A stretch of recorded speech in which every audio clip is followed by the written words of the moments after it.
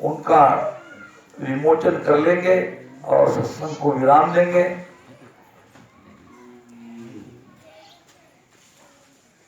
ऐसो कोई ताप बुझावे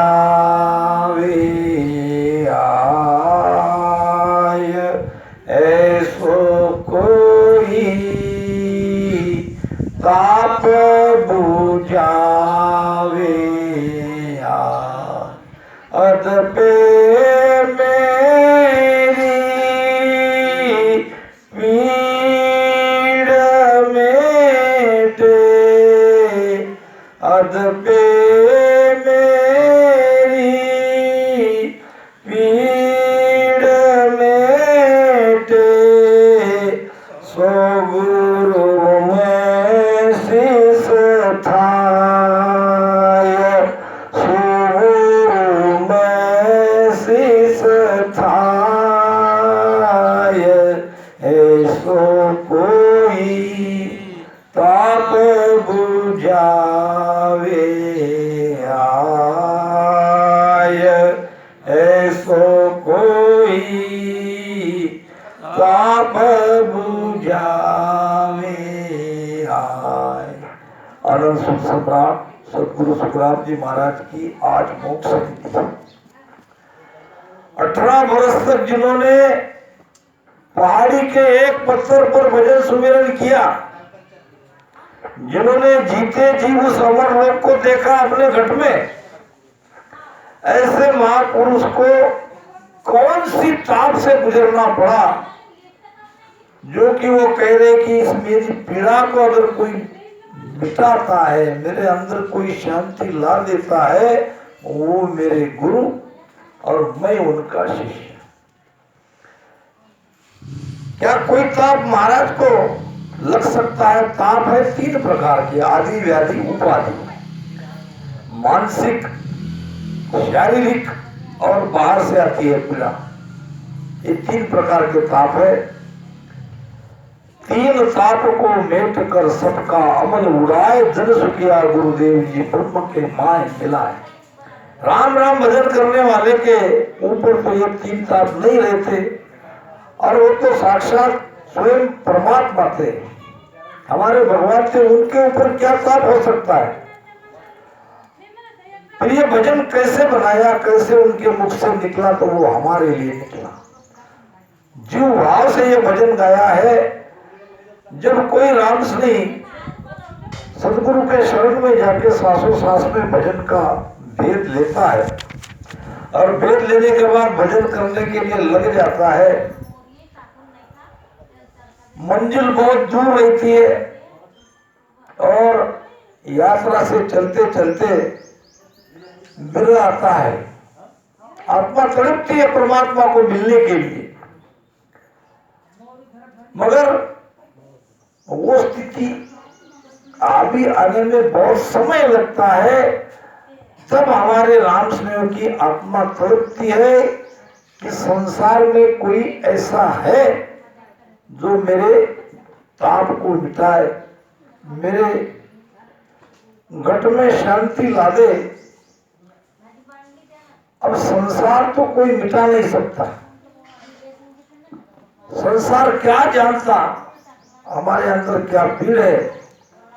कीड़ने के दर्द मेरे मन का भेदी मिलियन कोई,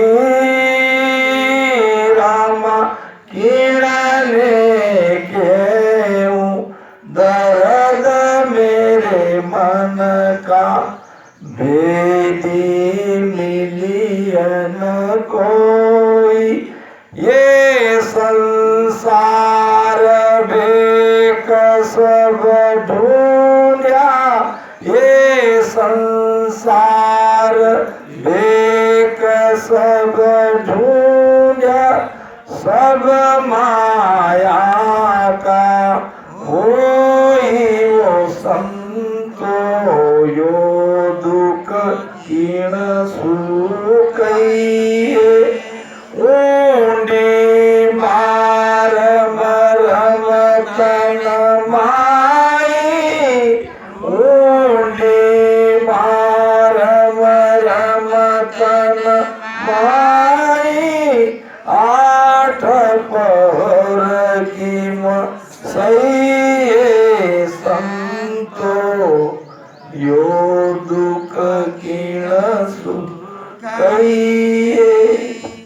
दादू साहब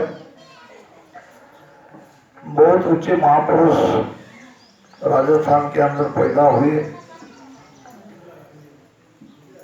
2 बजे से उठ के रोने लगते थे और विरह के साथ रोते थे। भक्तों को पूछने की हिम्मत नहीं होती थी कि गुरु महाराज, मगर सोचते थे, बातें करते थे। इतने पहुंचे हुए महात्मा साक्षात परमात्मा को मिले हुए हैं और ये रो रहे हैं। रो क्यों रहे हैं? जब कई दिन तक ऐसा रोने का सिलसिला चलता रहा, एक दिन पूछ लिया, गुरुदेव माफी चाहते हैं, पूछना नहीं चाहिए, मगर पूछे बिना हमें चैन नहीं पड़ता है। आप साक्षात स्वयं भगवान हो, परमात्मा से मिले हुए हो और आप रो रहे हो। संसारी रोता है अपने स्वार्थ के लिए, ये बात तो हम सब देखते हैं, जानते हैं। भक्त रोता है प्रेम और विरह से भजन होता है, तब वो भी हम देखते हैं। मगर आपके जैसे साक्षात महापुरुष स्वयं परमात्मा मालिक, आप रोते हो। दादू साहब ने कहा, आज मैं तुम्हारी इस शंका का समाधान कर ही देता हूं। मैं भी समझ रहा था कि आपको बताना पड़ेगा। मैं न परमात्मा मिलना चाहिए इसके लिए रो रहा हूं, न मुझे कुछ चाहिए। मैं तो परम आनंद में हूं 24 घंटे। रोता हूं मैं ये राम नाम के लिए। दादू जैसा नाम था पैसा लिया ना। ये राम नाम मैंने जितना रटन किया उससे कई गुना ज्यादा मुझे मिला। जितना रटना चाहिए था उतना मैंने रटन किया नहीं। मैं इसके लिए रो रहा हूं कब मुझे दोबारा जन्म नहीं मिलेगा, मैं तो मोक्ष में चला जाऊंगा। और मेरी राम नाम रटन करने की ये इच्छा ऐसी की ऐसी रही। ये राम नाम कितना प्यारा नाम है। हम लेते कम है, देता ज्यादा है। तो महाराज कहते हैं कि संतो वो दुख किनसु कहियो ऊंडी मार मरम तन माई। 8 पर किन सहियो ऐसो कोई ताप बुझावे आए अदपे मेरी पीड़ मिटे सु गुरु में शिष्यता है। जो कोई मेरी इस पीड़ा को मिटाएगा, जो मुझे परमात्मा से मिला देगा, वो मेरा गुरु, मैं उसका शिष्य। बिना सुन आग सकल तन दाजे बिन मार्यो मन रोय। राम राम बिन मार्यो मन रोय। विष बिन जर भांग बिन पिया। विष बिन जर भांग बिन पिया। प्राण गगन दिस जाय। प्राण गगन दिस जाय। ऐसो कोई पाप बुझावे आए। भक्तों की पीड़ा क्या है देखो। बिना सुन आग प्राण दाजे। आग तो लगी नहीं है मगर शरीर जल रहा है, अंदर में तड़प है। और बिना अग्नि चैन से बैठने नहीं दे रही है, सारा शरीर जल रहा है। बिन मारे मन रोए। कोई मार नहीं रहा है, किसी ने हमको मारा नहीं है, मगर बिरह के आंसू धारो धार निकलते देखे नहीं सुबह कितना बढ़िया भजन किया, विरह के साथ भजन यहाँ हुआ। बिन मारे वो मन रोए, विष बिन जहर, न विष लिया न जहर लिया, न भांग पिया न कोई नशा किया, फिर भी प्राण ऊपर जाता है। विष पीने वाले का प्राण ऊपर चढ़ता है। जैसे जैसे विष ऊपर चढ़ता है वैसे वैसे ये प्राण भी ऊपर जाता है, और एक बार हृदय से ऊपर चला गया कि वो खत्म। एक तरह से जीते जी ये प्राण पिछन के रास्ते से ऊपर चढ़ता है। विष बिन जहर भांग बिन पिया, प्राण गिगन दिस जाए, बिन समशेर तीर बिन बरछी, मन बिंदाणो आय, राम राम मन बिंदाणो आय, डर बिन डर बिरह बिन बिरह, डर बिन डर बिरह बिन बिरह, बहुत उपजे माय, बहुत उपजे माय, ऐसो कोई ताप बुझावे आय, ऐसो कोई ताप बुझावे आय। पीड़ा कैसी होती है? परमात्मा को मिलने के रास्ते में ये हमारा राम स्नेही भगत कैसे तड़पता है। यहाँ सुरेंद्र भाई बैठे हैं, रात दिन सोता नहीं है, भजन भजन भजन। मैंने देखा है कुछ ऐसी तड़प लगती है। बिना सुन बिन शमशेर तीर बिन बर्छी। अब यह है हथियार। शमशेर नाम तलवार, तीर नाम वो तीर पहले चलाते थे, धनुष्य के साथ लगा हुआ तीर रहता था, और बर्छी छोटी कटियार की जैसी रहती हथियार। अब शमशेर भी नहीं है, तीर भी नहीं है, बर्छी भी नहीं है, फिर भी मन घायल हो गया। मन को चोट लगी, मन के अंदर बहुत गहरा घाव, ये दिल में अंदर बहुत गहरा घाव हो गया। प्राण मन बिदानो आए, डर बिन डर बिरह बिन बिरह। भजन में मन डरता है, बिरह भी आता है तो मन डरता है। डर बिन डर बिरह बिन बिरह, बहुत उपजे माय। ये बिरह की पीड़ा सही नहीं जा रही है। मन धूज रहा है, शरीर धूज रहा है, मन डर रहा है। तो कोई मेरी इस पीड़ा को मिटा दे, कोई मुझे परमात्मा से मिला दे, कोई मुझे 10वें द्वार के बाहर निकाल दे। जुग को सकया सरे नहीं कोई, नाव भेद नहीं जाने रामा।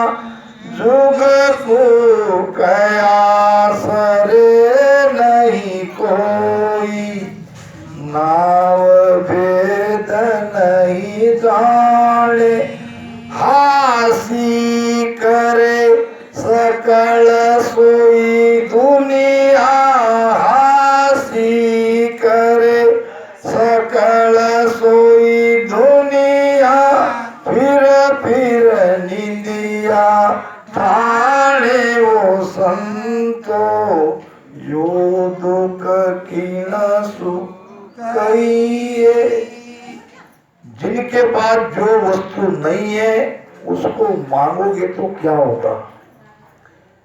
एक तो आपकी हंसी मजाक होगी या आपकी निंदा होगी या आप पर क्रोधित होंगे, बार बार कहोगे। जगत बेचारा क्या जाने आपकी पीड़ क्या है।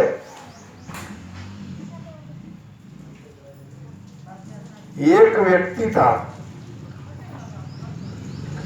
और उसने कहा कि सामने देख रहे हो एक छोटे बच्चे को पकड़ा। बच्चे ने कहा देख रहा हूं, तुमको मैं चॉकलेट देता हूं, मैं जैसा कहता हूं वैसा करना। एक लोटा लेके जाना और वो जो दुकानदार बैठा है उसकी दुकान थी पान टपरी की, रहती है ना छोटी सी, और उनको कहना कि मुझे दही चाहिए। क्या चाहिए? दही। और वो क्या कहता है मुझे आके बताना। छोटा बच्चा था 7-8 साल का, पैसा लेके गया, बाबा जी मुझे दही चाहिए। अब उसने कहा बेटा ये दही की दुकान नहीं है, 5 रुपए की दुकान है, यहाँ पान सुपारी जो चाहिए वो तेरे काम के लिए, तो क्या। वापस आ गया। उस आदमी ने कहा तुझे मैं 1 रुपया देता हूं, दोबारा जाओ। दोबारा गया, कहा ना तुझे यहाँ नहीं मिलती है। वापस आ गया और कहा मैं तुम्हें और 1 रुपया ज्यादा देता हूं और जाओ। अब गया, उसको देखते ही दुकानदार वो जो पान टपरी वाला था ऐसे आंखें निकाल के उसके तरफ देखने लगा। तो फिर आ गया, वापस आ गया। अब कहा कि ये भाई 5 रुपया दे। नहीं अब मैं नहीं जाऊंगा, वो हो सकता है मुझे मार दे। नहीं अब जाना नहीं है, ये 5 रुपया देता हूं, मैं बाजू में खड़ा रहता हूं, उसको यहीं से बताना। ऐसे उसको मांगना नहीं, केवल उसको लोटा बताना और पैसे बताना। अब लोटा पैसे बताना, देखते ही उसको गुस्सा आ गया और दोबारा बताया तो वहां से उठ के आया और कहा तुम मान नहीं रहा है, तू मुझे फिर भी बता रहा है ये लोटा और ये पैसे, जबकि मेरे पास वो वस्तु नहीं है। जिसके पास जो वस्तु नहीं है उसको मांगोगे तो उसको गुस्सा आएगा। जगत हमारे दर्द को नहीं पहचान सकता। जगत बेचारा क्या करे तो जगत लखी न जाए। जगत का भी क्या दोष है, वो परमात्मा की गति को लख नहीं सकते। डर बिन डर बिरह बिरह बिन बिरह बहुत उपजे माए। मैं बिन पानी बुआ जाऊं, जे कोई काढ़े आय। राम राम जे कोई काढ़े आय। कै सुख देव जी सो गुरु मेरा। कै सुख देव जी सो गुरु मेरा। चरना रहूं लपटाय, चरना रहूं लिपटाय। सो कोई पाप बुझावे आय। ऐसो कोई पाप बुझावे आय। अद पे मेरी पीड़ मेटे, अद पे मेरी पीड़ मेटे। सो गुरु में शीश ठाय, सो गुरु में शीश ठाय। मैं बिन पानी बुआ जाऊं।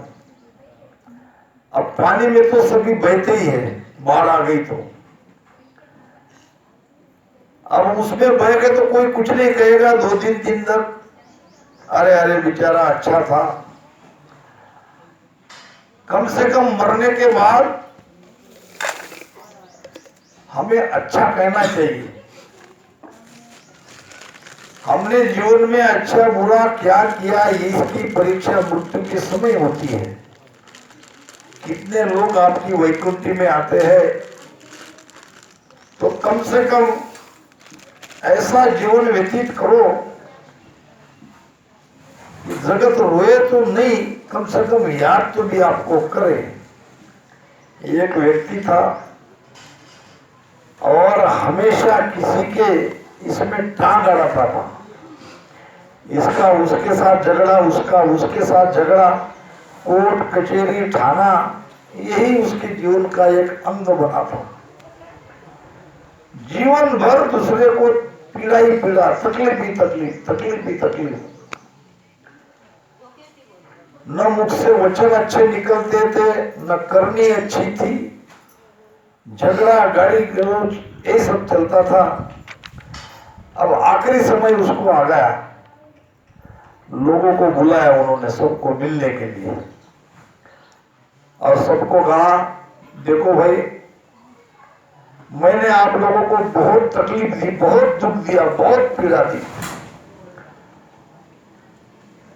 आप भले लोग हो, आप मेरे इस गुनाह को नजरअंदाज करते हुए मुझे माफ कर दो और मैं शांति से अब मरना चाहता हूं।